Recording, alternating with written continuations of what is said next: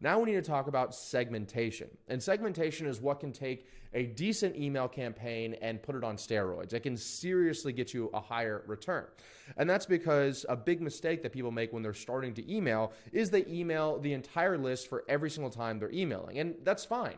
You can, like I said, as a beginner, that's a great place to start. You probably don't have enough emails that it even matters to segment. But as you start to get in the thousands and tens of thousands, and even where we're at in the hundreds of thousands of emails on your email list, it makes sense to start segmenting those emails, because some people may be people that just open an email once every few months. And if you hit them with an email every day, they may unsubscribe. Other people may be people that just like to get emails whenever you send YouTube videos, right? And so you can kind of create these segments so you can increase your open rates and decrease your unsubscribe rates, and that way you're maintaining a really healthy list. So this is just an illustration of what segmentation looks like, but at the top, this box here, you have your whole email list. So let's just say, for example, that this is 100,000 people on your email list, which I know would be amazing if you had 100,000 people, but you get the idea.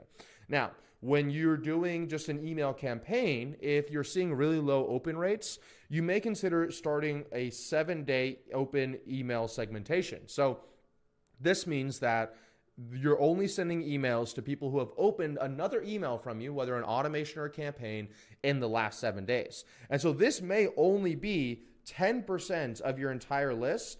And so you're only sending it to 10,000 people. But what I've typically seen is you could see 3 times the open rate and more than 3 times the click-through rate when you're sending to people that are already engaging with you.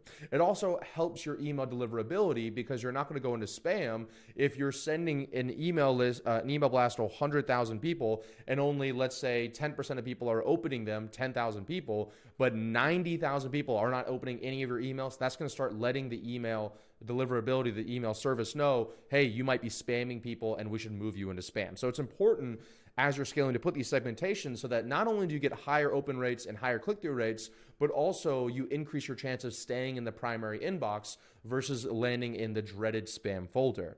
The next is going to be, next example of a segmentation is going to be follow-ups. So this is another great example of hyper-segmenting your list and only sending these people relevant offers. So follow-ups would be somebody that has already spoken to your sales team. They've already heard your price. You've already made an offer to them. So you're probably not going to send them the same emails that you're sending your 7-day open sequence here. If somebody already booked a call to speak with us, and I'm sending them an email that says, hey, book a call, book a call, book a call. You know, I bet you don't know how great we are, book a call. The people that are on the follow-up list may actually get annoyed, right? So instead what we're going to do is send them hyper-relevant emails. So maybe for their follow-up list, I may be sending them emails and I might say, hey, you've already spoken with someone on our team, but you haven't pulled the trigger. Here's this special offer or promotion that we might be doing this month for you. These are called re-offers, and we do them every probably 6 months to a year, but we'll say, hey, we're doing this insane thing where you're going to get access to one of our events, et cetera, et cetera. So these are for people that have been on the list for a while, maybe 4, 5, 6 months, and it's just the final thing they need to kind of move them over the line. And you're not going to want to blast that to your entire list, because you don't want to offer a special offer to everybody, or it's not that special and it's going to probably cost you a lot of money. But that's another great example of email segmentation. And there are also clients. So you can segment current clients inside of these as well, or past clients as well.